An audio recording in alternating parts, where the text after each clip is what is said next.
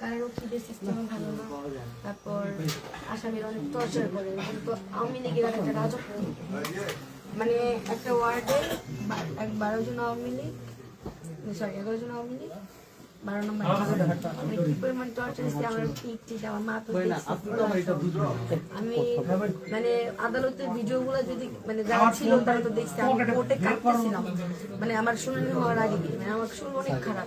তারপরে যখন বললো রিমান্ড, আমাকে যখন নিয়ে যেতেছিল ওনারা, তারপরও আমার শরীর অনেক খারাপ ছিল। আবার যখন ওয়ার্ডে কারাগারে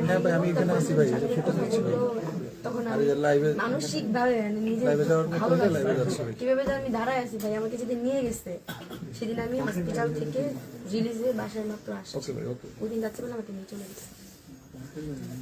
আমার উকিল বলতেছে আমার বিরুদ্ধে মানে আমার পক্ষে সব প্রমাণ আছে। তারপর তদন্ত অফিসারকে ম্যাজিস্ট্রেট প্রশ্ন করলো, আপনার কি জাহান্নামা ছাড়া 1 নম্বর বিবাদীর বিপক্ষে আর কোনো প্রমাণ নেই? উনি বললো না।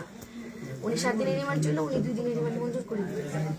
তারপরে ভাইয়ারা ছিল, ওনারা যে আমাকে বিয়ে করছে, আমি মনে করছি আমার জামিন হবে না, পরীক্ষা যাই হোক সবার কাছে আমি মানে মন থেকে বের করছে। কিন্তু ভাই এই জিনিসটা কষ্টের যে আপনার হয় প্রথমে বের করতেন, নাহলে একদম লাশ বের করতেন, আত্মরা অবস্থায় বের না করলে মনে বেশি না। এটা আর কি আপনাদের কাছে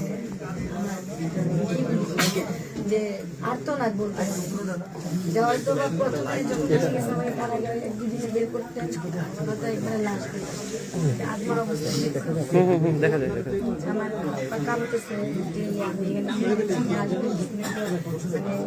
কষ্ট করে বসে আছি।